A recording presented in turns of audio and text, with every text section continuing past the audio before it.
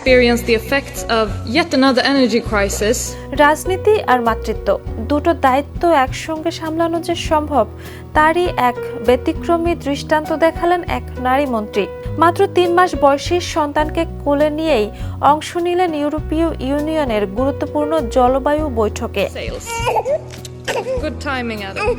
ঘটনাটি ঘটে লাক্সেমবার্গে অনুষ্ঠিত ইউরোপীয় ইউনিয়নের পরিবেশ ও জলবায়ু বিষয়ক মন্ত্রীদের বৈঠকে।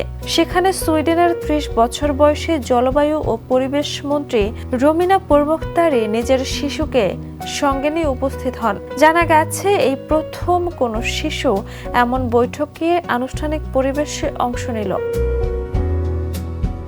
বৈঠকের সময় কখনো তাকে পুত্র শিশুকে কোলে নিতে, আবার কখনো বিশেষ ক্যারিয়ারে বহন করতে দেখা গেছে। এই সফরে তার স্বামীও ছিলেন এবং সন্তানের দেখাশোনায় সহায়তা করেছেন।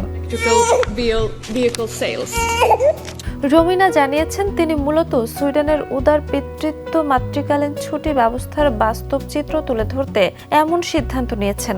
দেশটিতে বাবা মা মিলে প্রায় 16 মাসের বেতন সহ ছুটি ভোগ করতে পারেন।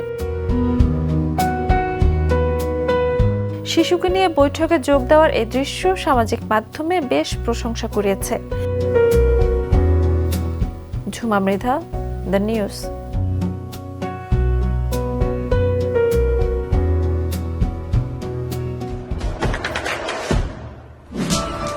দেশে দেশে সবার সাথে, দ্য নিউজ।